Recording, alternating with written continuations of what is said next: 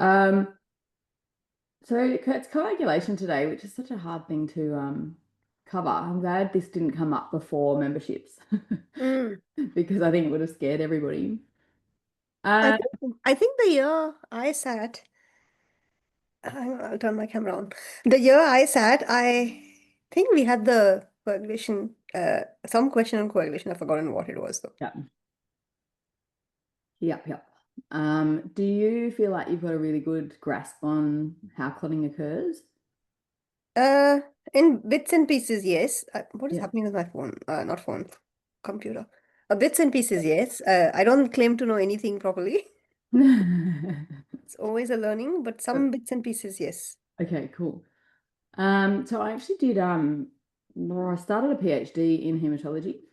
And the kind of the research I was working on was developing an assay to measure hypercoagulability. Mm, mm, So my understanding of coagulation is very translational, so very like human medicine because yeah. I'm working with a human hematology lab. Um, but it's now kind of been proven that it's all the same, essentially, like there's some interspecies variation and like the clotting factors and stuff are a little bit different and assaying them is quite different, which is why it's so hard to get clotting factors assayed because they have to Mm-hmm. be species specific. Um, but I never know how like where to pitch my lectures on this. I've given a few Mm-hmm. lectures on coagulation. So I've got a lot of slides and I was just thinking, I think probably I did a talk for surgeons sitting fellowship, Mm-hmm. which is probably medicine sitting membership level, Mm-hmm. I guess. Yeah. Um, I would expect. Although actually the year I gave this lecture, 3 months later in the fellowship exam, Mm. the exact question I proposed came up. Okay. So and it was hard, like Mm-hmm. what was expected. Yeah, it came up in the surgery exam. Hmm. Okay, so I might do coag for surgeons talk. And then yeah. Yeah, and then we can do some questions. Like, to be honest, how do you relate that in clinical practice? Because every time we run coagulation tests, and if it's a bit abnormal, if it's markedly abnormal, maybe you know how to interpret. But it's, if it's that not that 20%, it's below the 20% mark. Do you pay attention? Different people say different things. Medicine people will say less than 20 at least, it's not particularly relevant. But then ECC people will be like, oh, I have had some ECC people who will be like, even if it's like 3 seconds more than the actual, like the reference range, and it's like, oh, it is something. And I'm like, I don't know, it's like not 20%. So, like, Yeah. relating it back to the clinical practice, sort of. Yeah, and on that, like before I sort of start launching into a slide presentation, like there's so many elements of clotting, right, that make up Mm. like an ecosystem essentially. And we talk about hemostasis being this balance between clotting and Anticlot. leaking. Yeah. Mm. Um, so I guess along the lines of kind of homeostasis, hemostasis Mm. sort of thing. And then, yeah, making sure that we're not excessively clotting, making sure we're not excessively bleeding.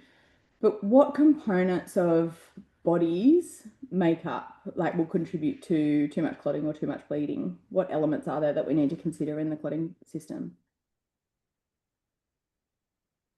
Mm. I mean, I'm not sure how you're asking the question. Well, I just know it as primary homeostasis and secondary homeostasis. Is Good. that what you're Well, sort getting at? of, I'm not yeah. So sure. let's talk because, well, yeah, the reason I asked it the way I asked it was because the model of the way we think about it has changed.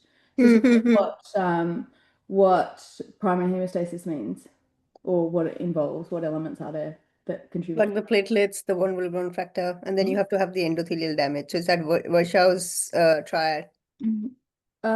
Sort of, yes. So primary hemostasis is reliant on platelets, von Willebrand's factor, and actually vessel wall Mm-hmm. integrity.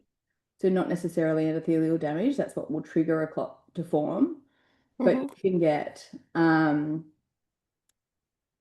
failure of primary hemostasis with vasculitis, for example, which isn't necessarily endothelial damage. It's leaky vessels.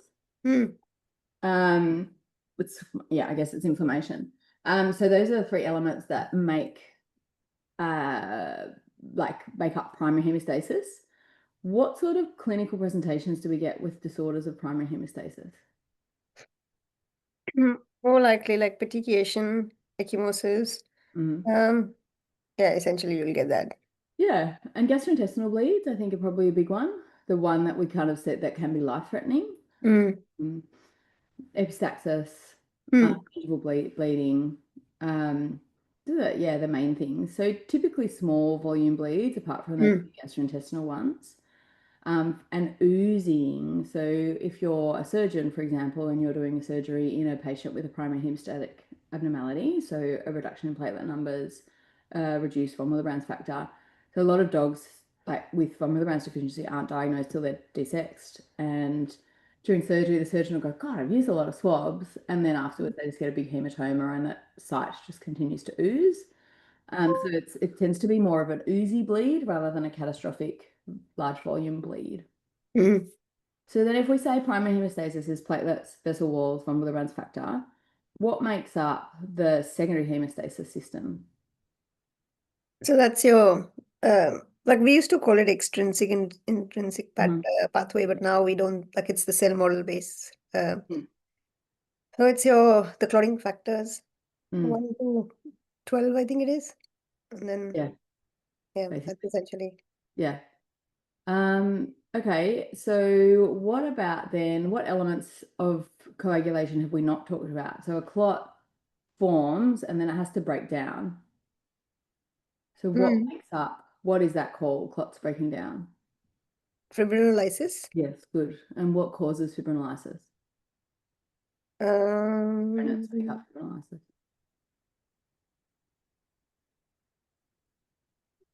causes it. Mm.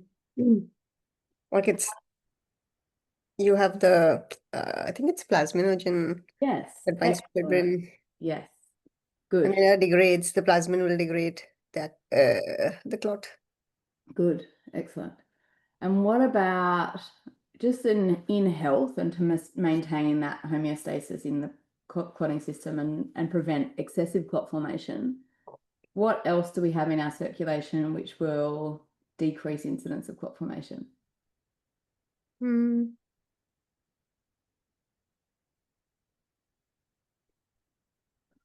We have the anti-clotting factors, right? So like Good. Yeah, I don't know what they are though. TPA is it? No, that's the activator. yeah. Mm. You'd know one of them because we talk about it with regards to protein losing enteropathy, nephropathy.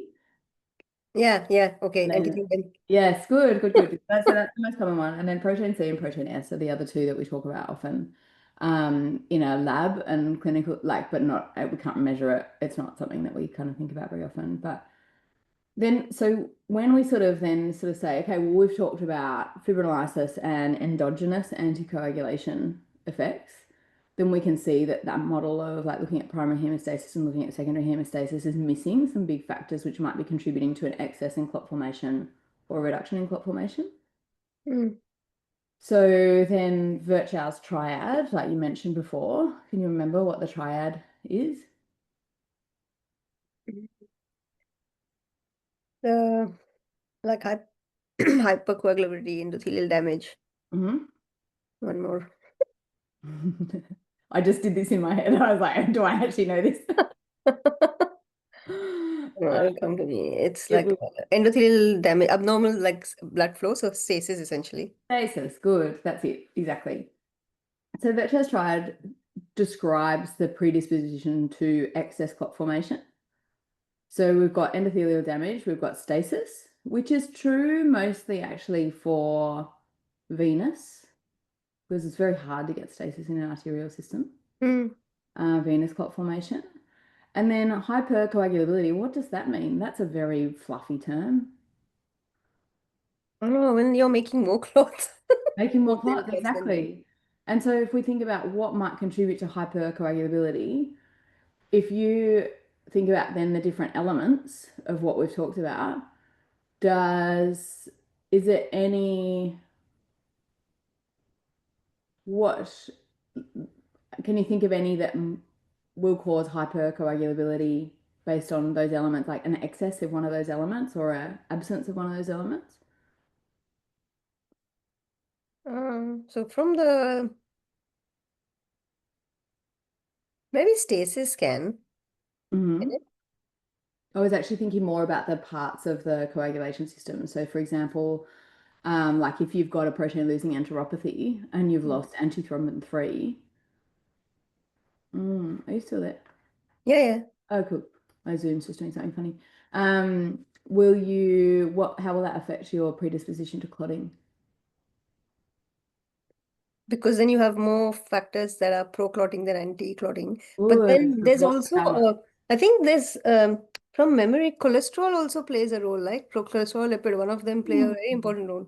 Yeah, And so that, there's two like, it's not. cofactors. Hmm? Calcium's a big one. Calcium's a Mm, big, really big cofactor. Magnesium as well. mm, So yeah, it's a very complicated ecosystem once we kind of, I think it's quite simplified in our way of thinking of it traditionally. Um, so I'm going to let's do some arts and crafts. Again, mm, I don't know if we'll ever get to the slides, but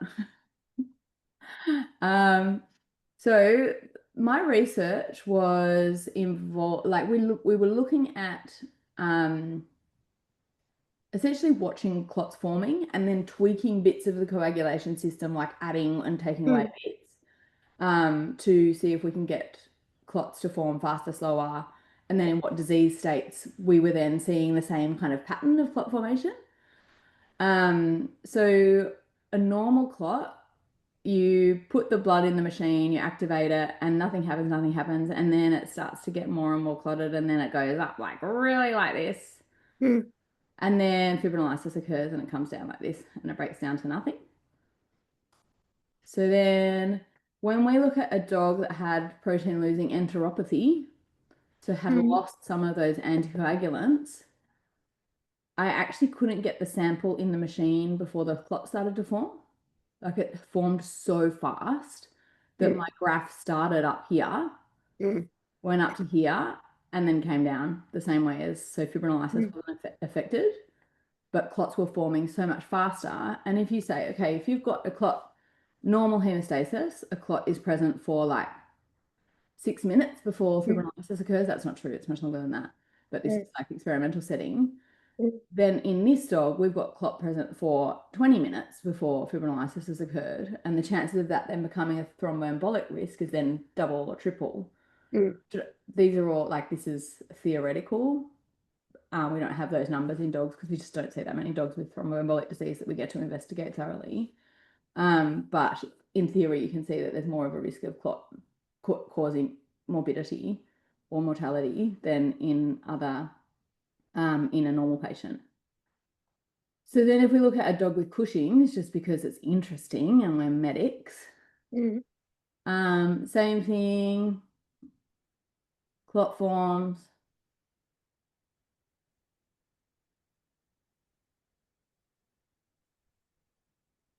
It's so interesting. mm, So the clot that forms, it is actually, sorry, it is the same kind of magnitude of clot formation. So we still get the same kind of strength of clot. So it should be the same height there. But the clot sticks around for so long after mm, it should have broken down in other dogs. So we know that fibrinolysis is very like severely affected in Cushingoid dogs. And interestingly, data from my research, which we never ended up publishing because I had children and got busy, um, that doesn't go away with trilostane treatment. mm, So we're kind of managing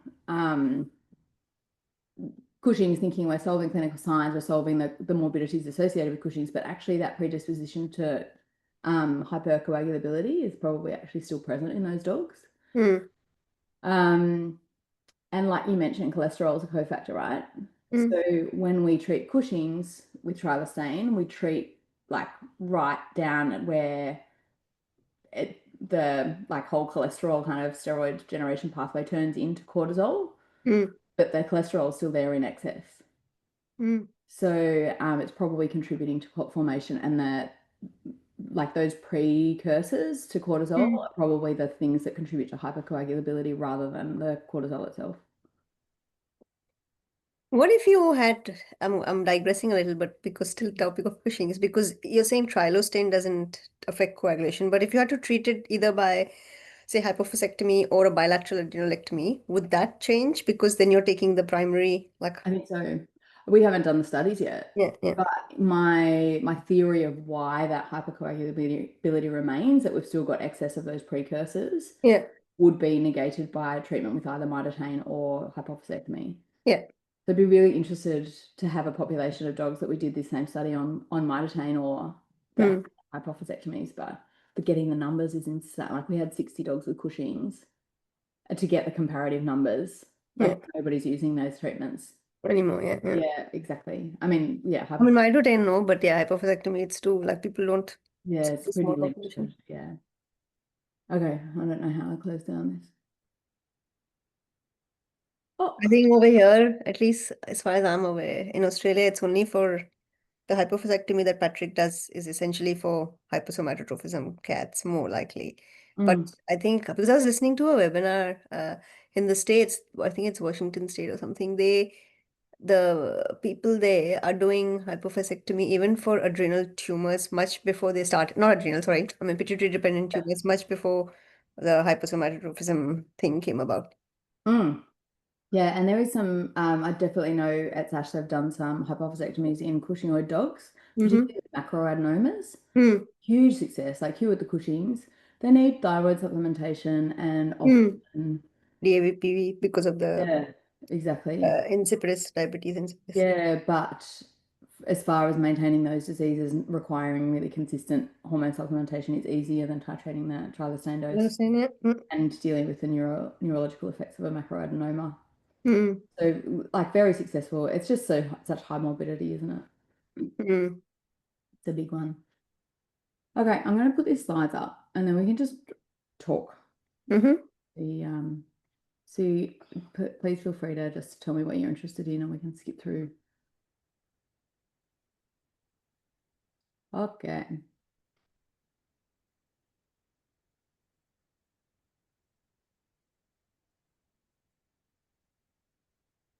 Okay. Can you see the presenter view when I do Yeah. this?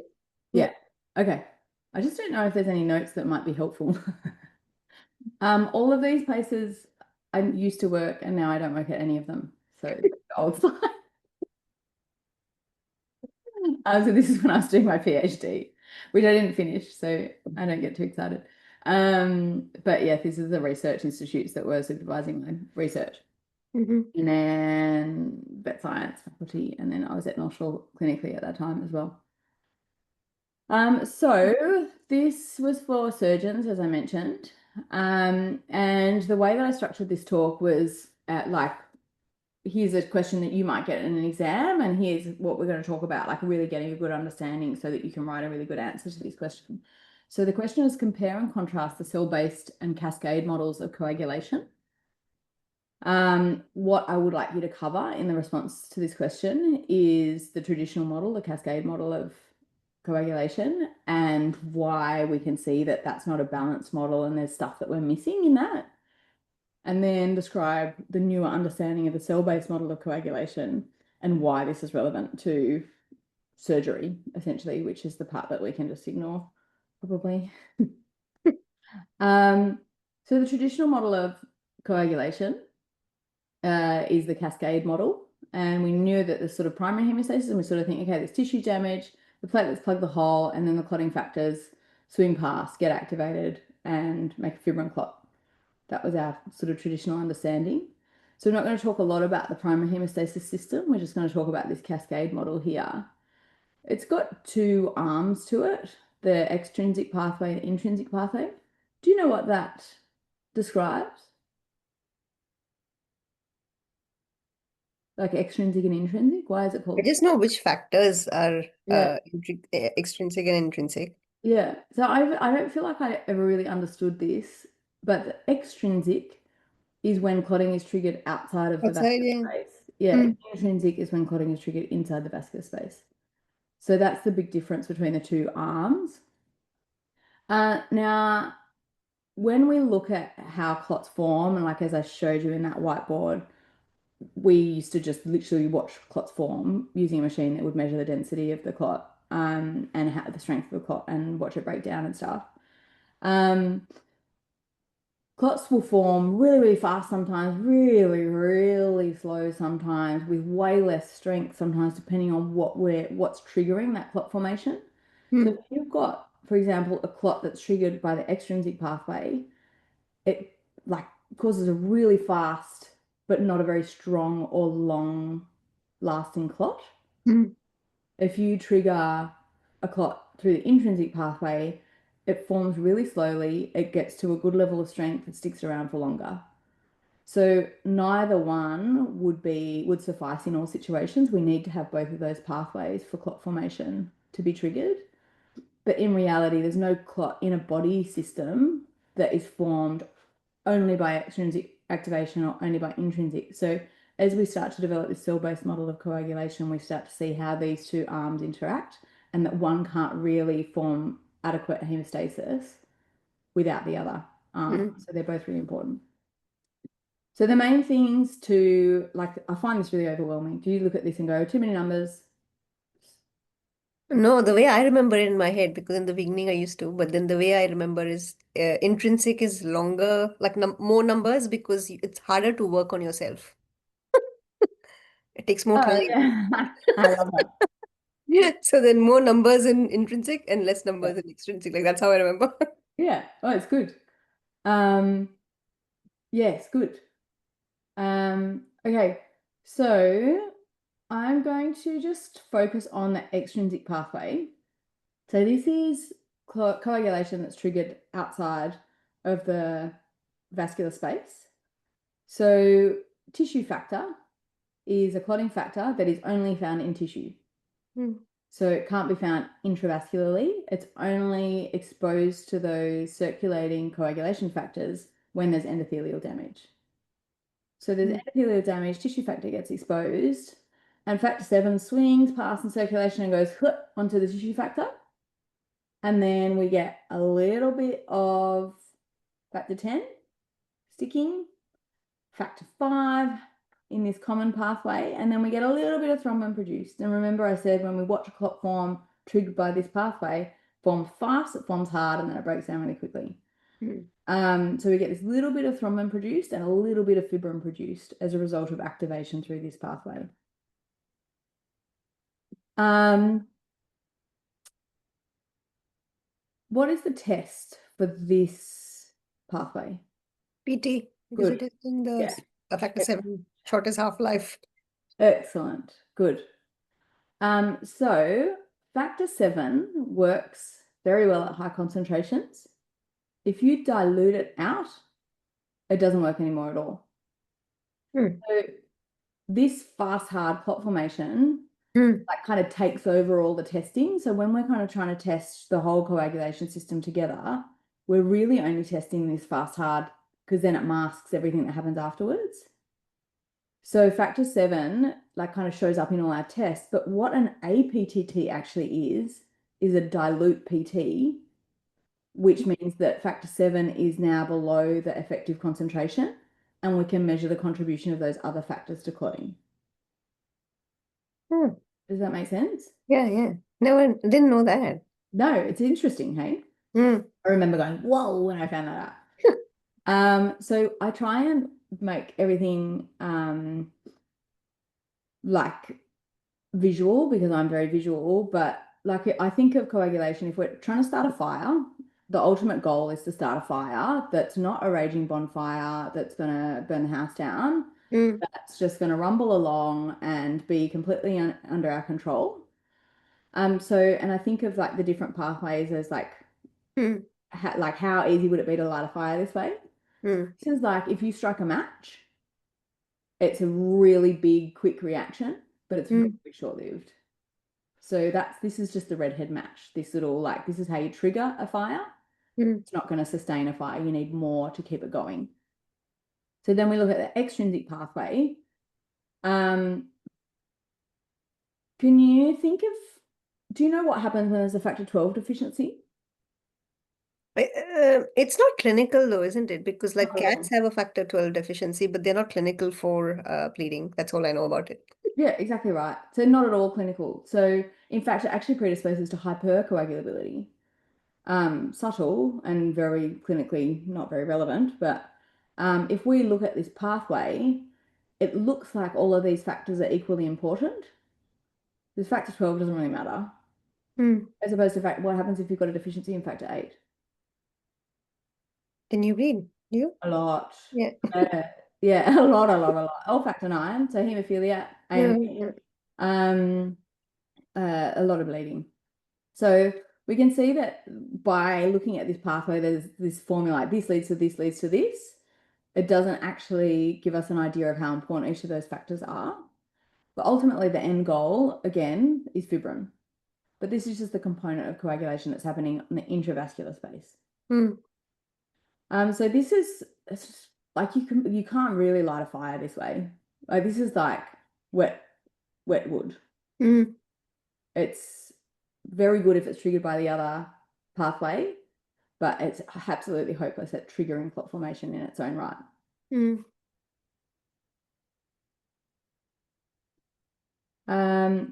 So if we look at this model and we go, okay, well, we just want a clot to form, right? Mm. So if we've got a deficiency in one of the factors, the other pathway should take over, right? Like if we've got factor 8 deficiency, then we should be able to use that extrinsic pathway to make fibrin. But we know that's not true. We know that we need both pathways to be intact. So this kind of extrinsic or intrinsic kind of visualization doesn't really work. Mm.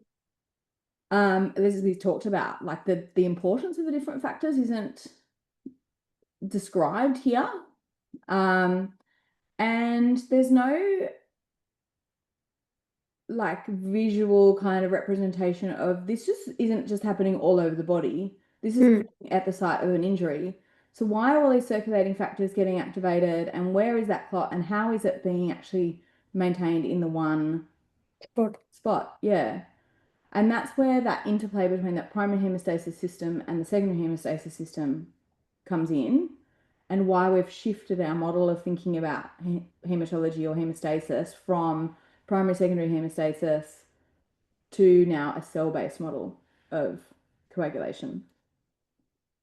So the cell-based model, instead of looking at the components of coagulation, just goes, okay, well, ultimate goal is fibrin being produced. Mm. What's actually happening in what order to provide sufficient or insufficient or excessive clot formation? So the cell-based model just looks at clots forming as we showed in that curve. And there's three main phases of that. There's the initiation of clot formation. So that's usually the endothelial damage, tissue factor exposure striking that redhead match. There's the amplification phase where we get that little flame on the end of the match to start building up a little bit of momentum in some paper or kindling. And then there's a propagation phase where we actually get a real, like the majority of clot formation occurring. So we'll go through those phases in a bit of detail. And I am going to try and link in the traditional models just because they're familiar so that you Mm. can see what's happening where. So the initiation phase is essentially that extrinsic pathway. Like I said, it's lighting the red head of the match. Mm. That's how you start a fire. It has to be endothelial damage, it has to be tissue factor exposed. And then that's local, right? Mm. So it's stuck. So that's why this whole process is localized to that area. Factor 7 swings past, sticks to the tissue factor. 7, once it's stuck to tissue factor, becomes activated. And you've got this complex of tissue factor and 7, which can then activate a little bit of factor 10, a little bit of factor 9 as well. So those cells that have their tissue factor exposed then bind the activated factor 10 and activate factor 5 and form a complex on the surface of the cells together. So if we look at where we're up to, we've had this redhead light match lit up here. We've got these two factors now bound to those tissue factor exposing cells. And we've got this little bit of thrombin being generated. Mm. Now that thrombin is the key link between both sides of the coagulation system and also the primary coagulation system. or primary Mm. stasis system. Or I don't know why my mouse does this. It goes backwards if I bump it. So I'm really visual. Mm. So if we talk about a cell and a blood vessel, and we've got endothelial damage and the tissue factor bearing cell is now exposed to the lumen of the blood vessel, factor 7 is going to bind here and be activated to factor 7A. That's then going to activate 10 and 9 as they swing past. That 10 is going to stick to our tissue factor bearing cell and activate little bits of 2 on the way past. So this is all happening locally, this 2 being activated. Mm. And if we look at what happens, this is where we talk about the amplification phase, because the thrombin is the kindling. Mm. So if we've got the little red head match, which is our tissue factor, and then we've got the thrombin, which is the kindling. And what thrombin does is kind of 3 pathways. Number 1, it converts fibrinogen to fibrin. So we get a little bit of fibrin forming, but if you look on that graph, it's a tiny little clot. Mm. What thrombin actually does, its main job, is to activate platelets. So this is an electron microscopy photo of an activated platelet. So typically round cell, when they're activated, look at the surface area that they generate. They're Mm. a spider web across the blood vessel. It's, I love this photo. It's absolutely Mm. amazing. So thrombin will activate platelets, increasing surface area for clot formation. So where we only had that little damaged cell exposing its tissue factor as our focus, now all Mm. of a sudden we've got a big web. Mm. And that's again all localized. So where we typically thought platelets are activated by vessel wall damage, which they are as well. So platelets have probably already been activated in that area. We're going to get way more activation once the thrombin gets activated, and everything's going to be localized. Thrombin's other job is to actually activate the factors in the intrinsic pathway. So you can't actually really get that intrinsic pathway started up without that extrinsic pathway having been triggered. So it activates factor 8, factor 5, and factor 9, which then help us to amplify our thrombin generation. Mm. So the way that this happens is that platelets, as we said, increasing their surface area, but they don't have tissue, or they do have tissue factor, but it's not just tissue factor that like if we only had tissue factor, we'd only be activating that extrinsic pathway and would run out of 7A and it would only go so far.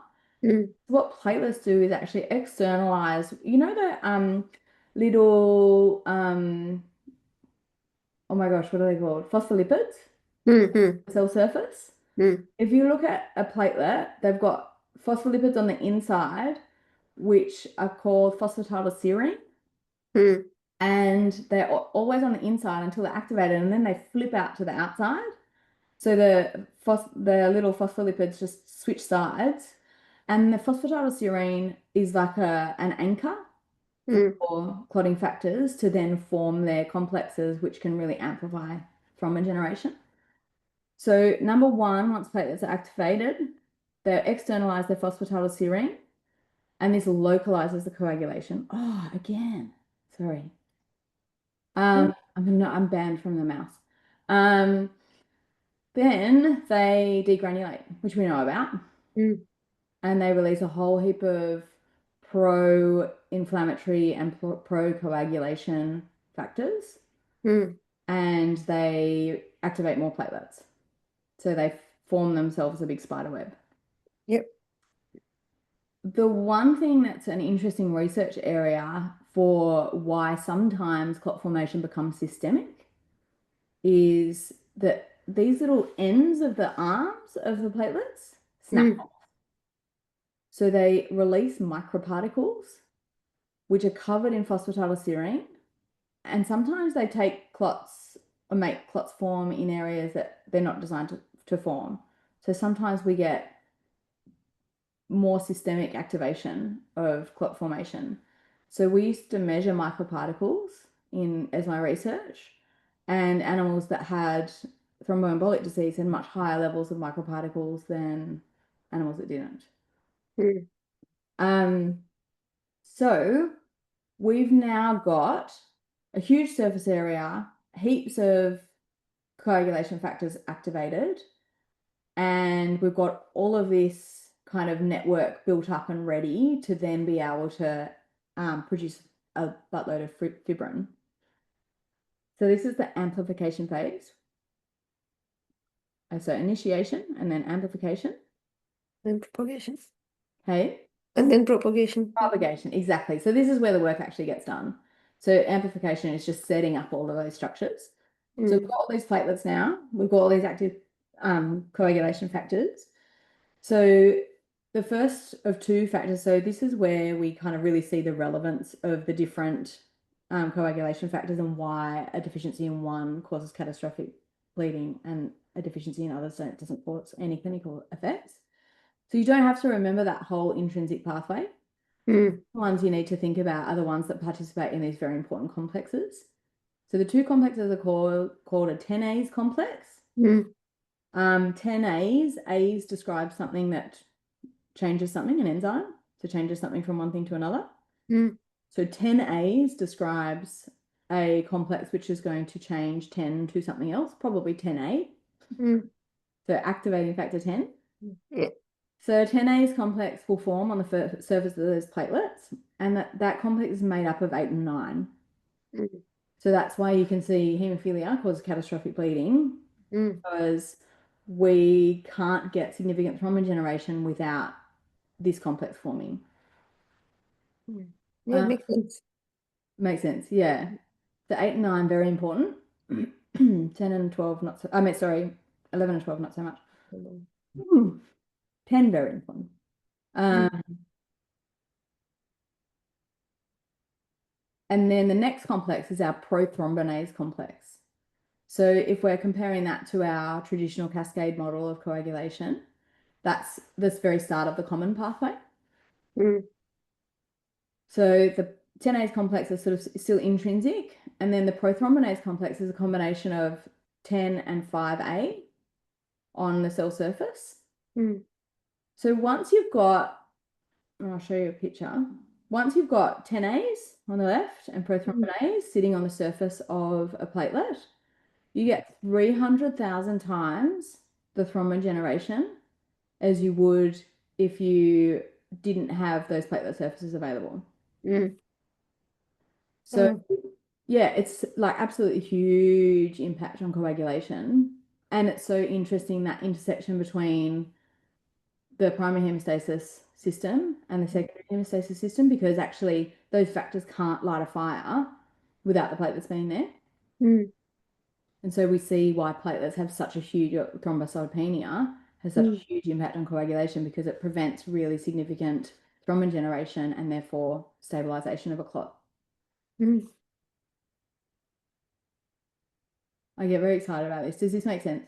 Yeah, it makes sense. Good. Okay, so we've It's got, very fascinating. Like it's just such an interplay.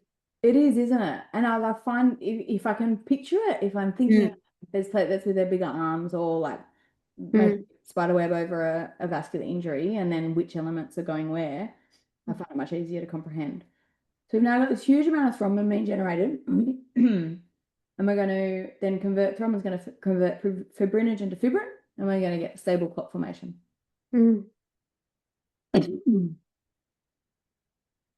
So if we look at this model, like I was saying, this is just the strike of the match.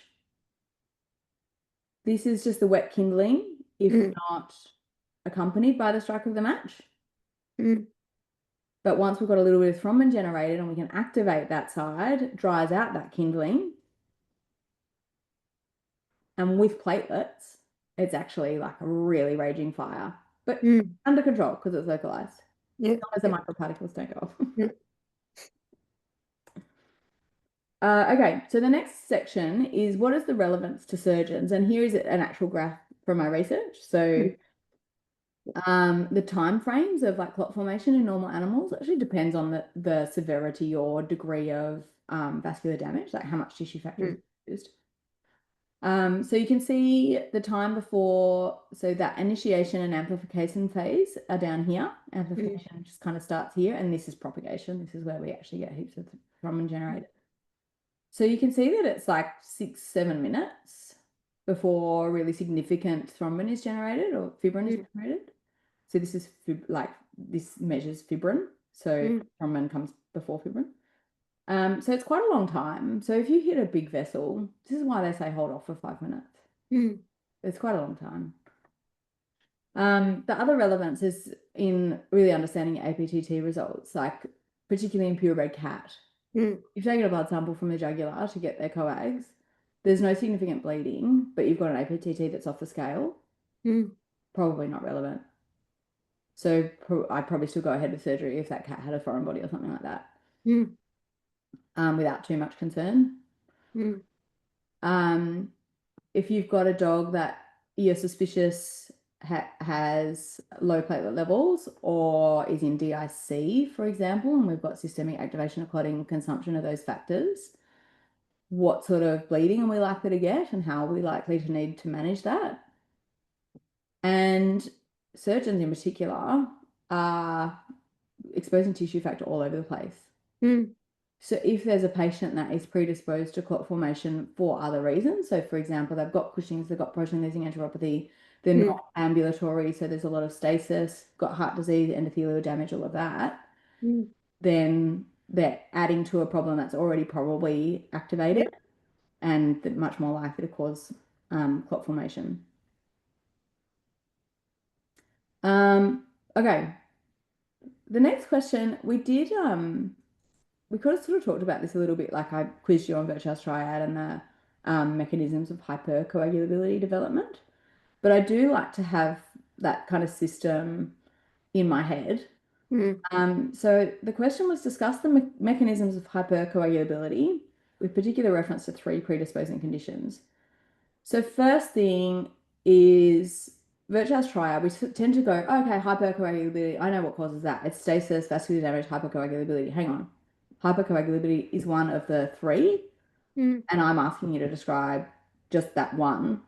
So whilst it would probably be thorough in your answer to say increase like disposition to clot formation is contributing mm, to stasis, vascular damage, and hypercoagulability, and then expand on hypercoagulability, but don't focus on stasis and vascular damage mechanisms in your answer to mm, that question. So the mechanisms of hypercoagulability, you can essentially have increased procoagulant factors. So any of those clotting factors in increased levels will increase predisposition to clot formation. Increased platelets, we don't have great evidence that it increases clot formation, but it makes sense that it does. mm, And increased von Willebrand's factor um, is found in dogs that have clots. Um, so we can have increased procoagulant factors. We can have decreases in endogenous anticoagulants.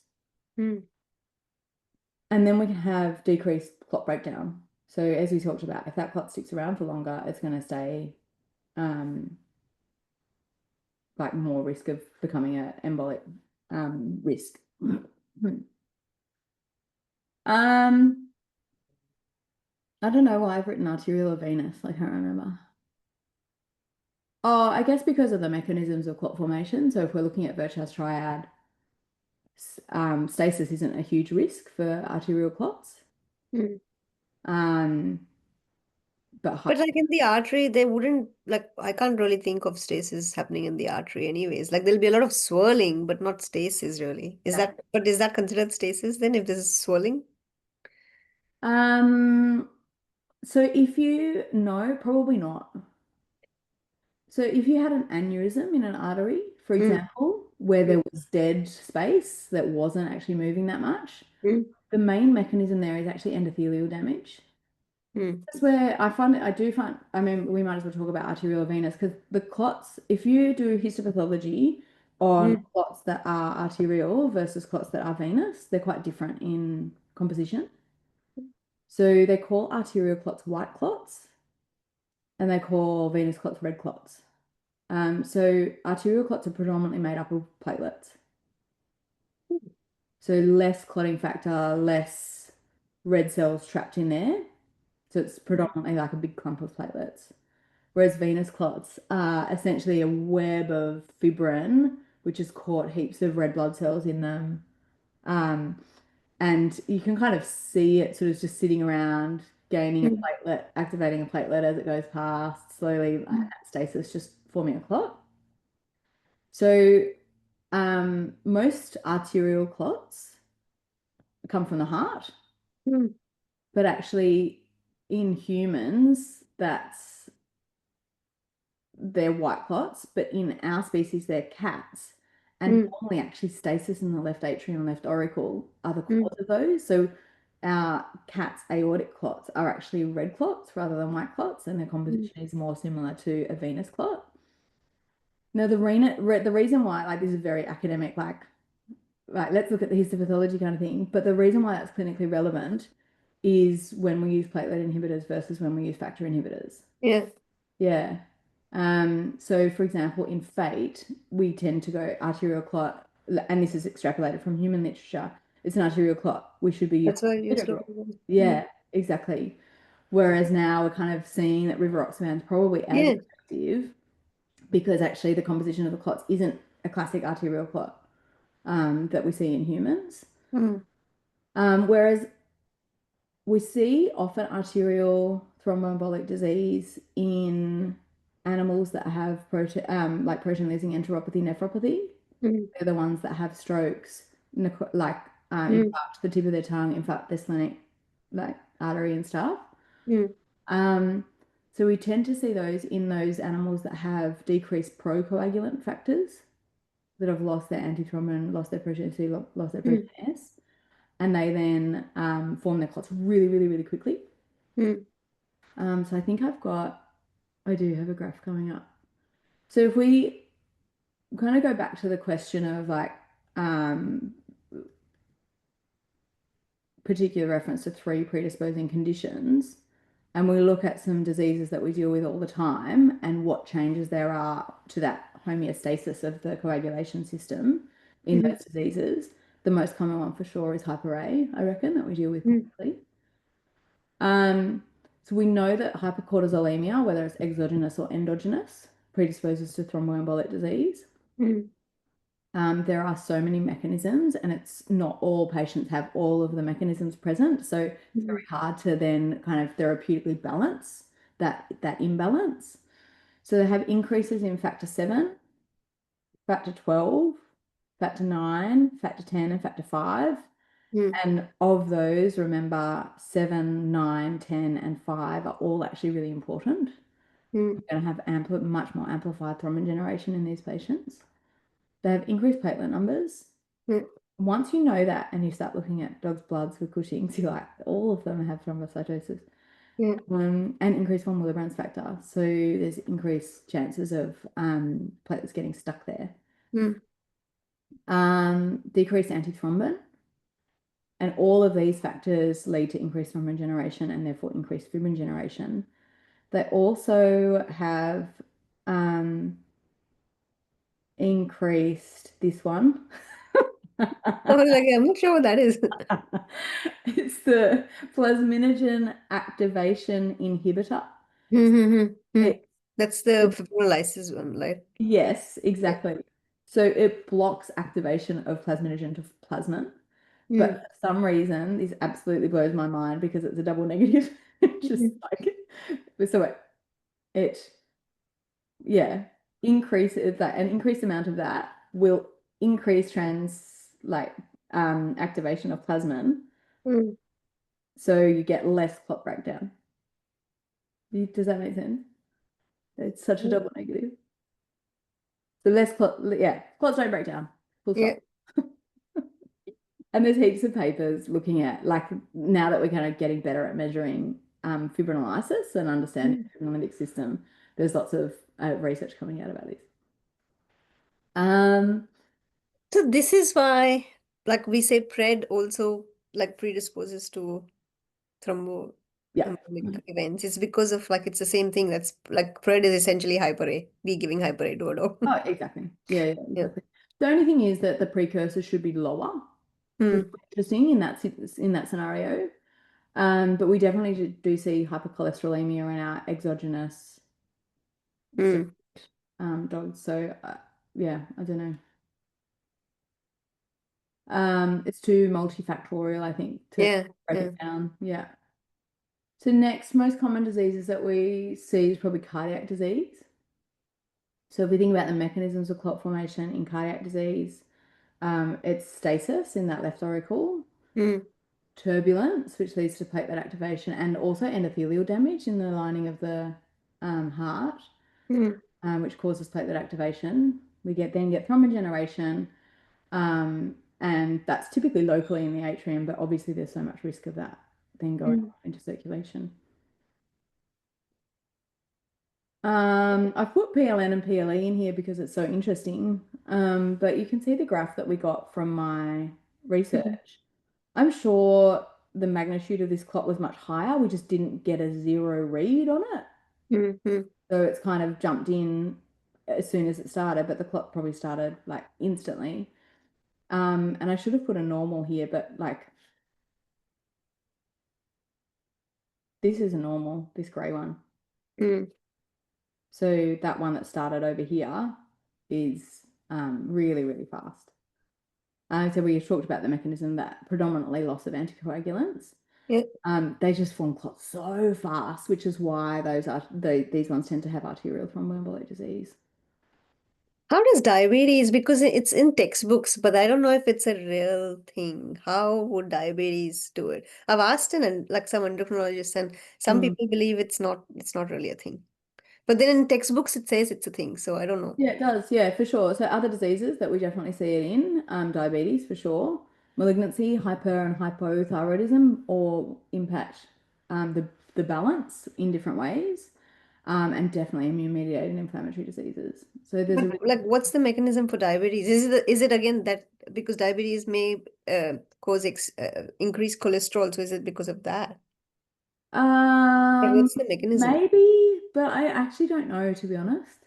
Mm, There's going to be excess of something or deficiency of something in there. something, yeah. Yeah, but I'm not even sure if it's the same thing in all patients because often, particularly cats, have got inflammatory disease at the same time, and there's such an overlap with Mm, activation of coagulation, activation of inflammation. mm, mm, Know that inflammatory disease is one of the most common causes of thromboembolic disease. So where you've got like pancreatitis, mm, UTI, like is that why we've got coagulation derangements? I don't know. Yeah, makes That sense. would probably be my instinct.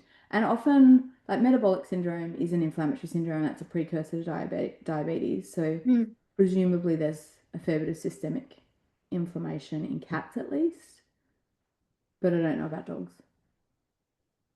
Cholesterol makes sense though.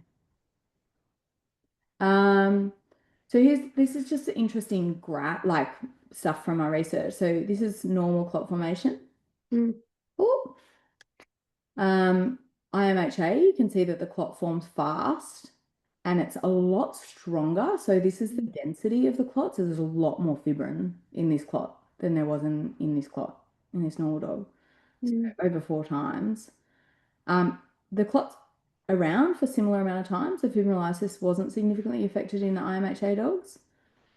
Um, this one is a phaeochromocytoma, and this dog. The pheo was growing into the cava. yeah, yeah. Yeah, it had actually thrombosed its own pheo when we took it out, which was cool. So it killed its own tumor. Um, but so yeah, it like had caused a thromboembolic event to the tumor itself. But you can see that there's actually a lag in triggering of that clot Mm, formation. So in a patient with a active thrombosis and embolic disease, why might there be a lag in commencement of coagulation?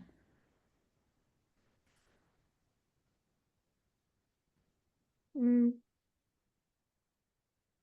Which factor did I say has to be, it's part of that match striking, it has Like to the be push-through present in high factor, concentrations to work, and we dilute it to measure the rest of the factors. 7. 7, yeah. So I reckon it's probably used up most of it 7 Mm, already.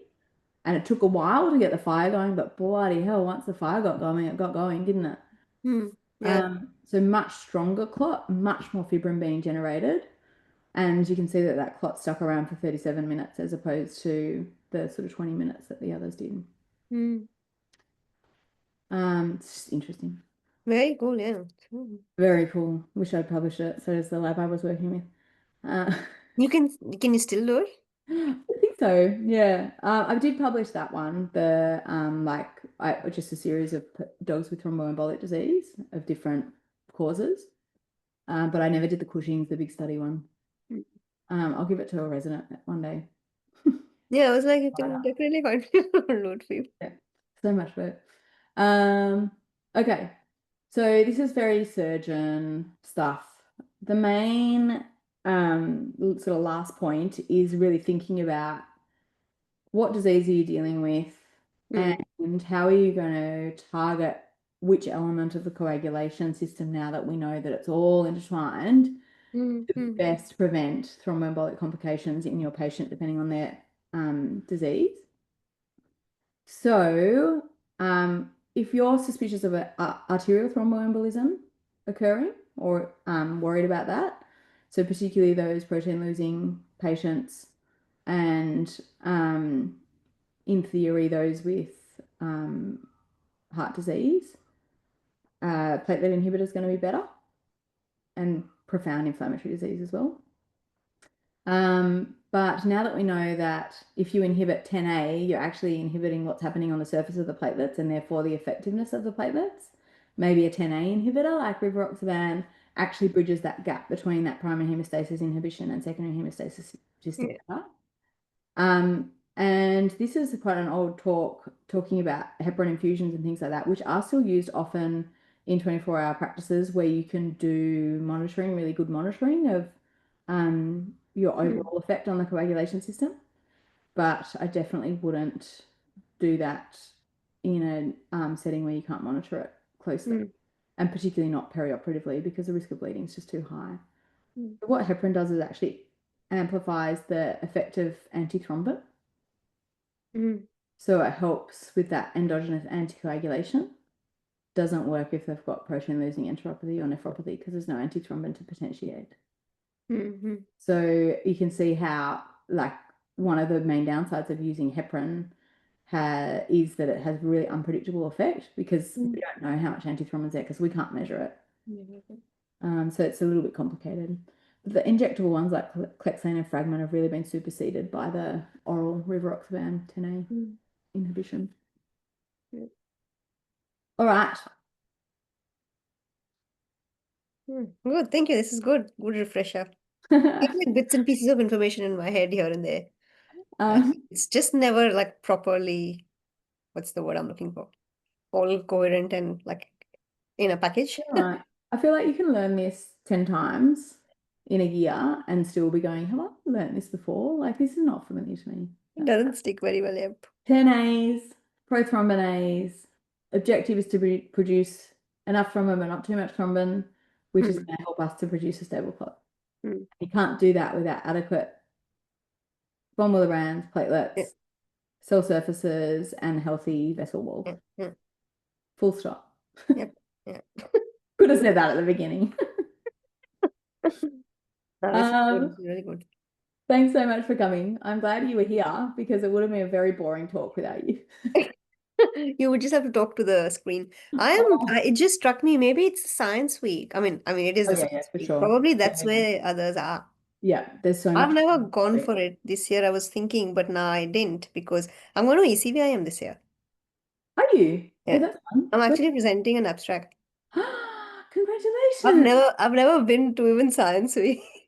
Oh, it's so good. Congratulations. That's excellent. What's the abstract on? SGTL2 in hypersomatotropism. Oh, cool. Congratulations. Thank you, thank you. Joy. Yeah, very nervous. I don't know what to expect. Like I said, I've never even been to Science Week. It's like I feel like I'm jumping before I even know how to crawl.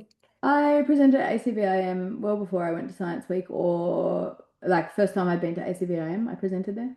How does it like does everybody pounce on you? Um, Can happen.